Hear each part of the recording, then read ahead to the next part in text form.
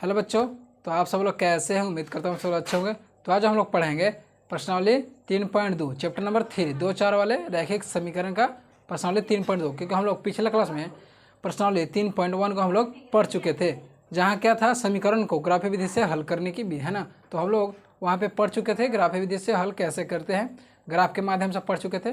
तो आज हम लोग क्लास में पढ़ेंगे क्वेश्चन नंबर 2 को, क्योंकि हम इसमें भी क्वेश्चन फर्स्ट जो है ग्राफी विधि से हल करने के तो हम लोग पिछले क्लास में पढ़ चुके हैं। यदि आप लोग नहीं देखे हैं वहाँ तो जाइए, वहाँ आप लोग देख लीजिए पिछला वीडियो, वहाँ पे आप लोग समझ में आ जाएगा। उसके बाद आप लोग इस वीडियो को देख लीजिएगा। तो चलिए स्टार्ट करते हैं। इसमें क्या बोल रहा है, निम्न समीकरण द्वारा निरूपित रेखाएं एक बिंदु पर प्रतिच्छेद करती है समांतर अथवा समपद। मतलब हम लोग को यहाँ पे जो कंडीशन है पता करना है कैसी रेखा है, प्रतिच्छेदी है, संपाती है और समांतर रेखा है। तो हम लोग यहाँ पे पढ़े थे पिछले क्लास में कि क्या कैसे होता है। तो चलिए क्वेश्चन नंबर फर्स्ट की ओर चलते हैं। क्वेश्चन नंबर फर्स्ट से यहाँ पे क्या करेंगे हल। क्वेश्चन नंबर फर्स्ट ये है, तो A1 का वैल्यू क्या है, A1 का मान कितना है 5। चलिए इसी प्रकार से B1 का वैल्यू -4 और C1 का वैल्यू यहाँ पे कर देंगे C1 का वैल्यू 8। इसी प्रकार से A2 का वैल्यू 7 और B2 का वैल्यू क्या है 6 और C2 का वैल्यू -9। चलिए इतना आप लोग लिख सकते हैं ना कि A1 का मान B1 और C1, A2 B2 C2 यहाँ होता है। चलिए तीसरे वर्ग से अब क्या करें हम लोग रेखा का अनुपात में बांटेंगे। तो क्या है A1/A2 मतलब 5/7, 5/7। इसी प्रकार से क्या है B1/B2 -4/6 और क्या करेंगे हम लोग C1/C2। तो C1 का वैल्यू 8 और क्या है -9 है, क्या है -9 है। तो A1 5/7 बराबर -4/2, तो इसको काटेंगे तो 2/3। मतलब जो 5/7 नॉट इक्वल, मतलब यहाँ जो है दोनों बराबर नहीं है। 5/7 नॉट इक्वल -2/3 है, मतलब दोनों क्या है बराबर नहीं है। तो क्या हो जाएगा यहाँ पे, यहाँ अनुपात में होगा जो रेखा होगा A1/A2 नॉट इक्वल B1/B2। इसके लिए जो रेखा होता है हम लोग जो पढ़ चुके थे क्या था, प्रतिच्छेदी रेखा। क्या है प्रतिच्छेदी रेखा, क्या है प्रतिच्छेदी रेखाएं। क्या है प्रतिच्छेदी रेखाएं मतलब क्या है अद्वितीय हल। इसका क्या होगा, इसका जो हल होगा अद्वितीय, मतलब सिर्फ एक हल होगा, अद्वितीय हल।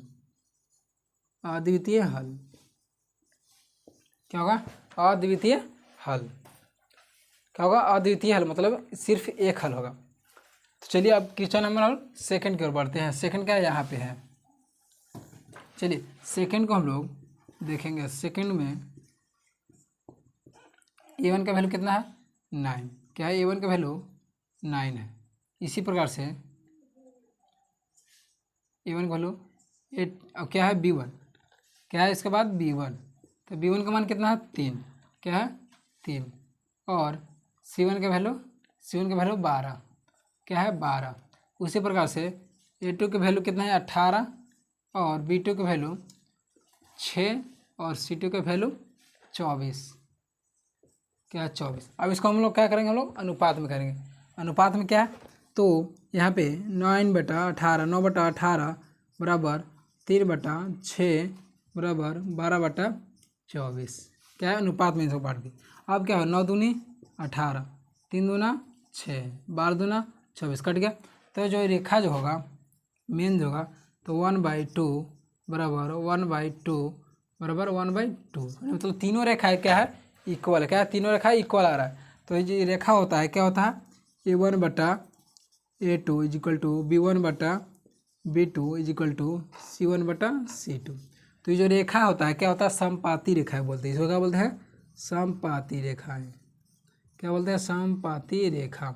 मतलब इसको अनेक हल क्या बोलते हैं समपाती रेखा, इसको अनेक हल हो सकते हैं। क्या है अनेक हल, अनेक हल क्या है इसके अनेक हल हो सकते हैं। चलिए क्या है फर्स्ट और सेकंड। और अब देखते हैं थर्ड की ओर। क्वेश्चन यहीं पे हम लोग थर्ड के देखेंगे। थर्ड क्या बोल रहा है,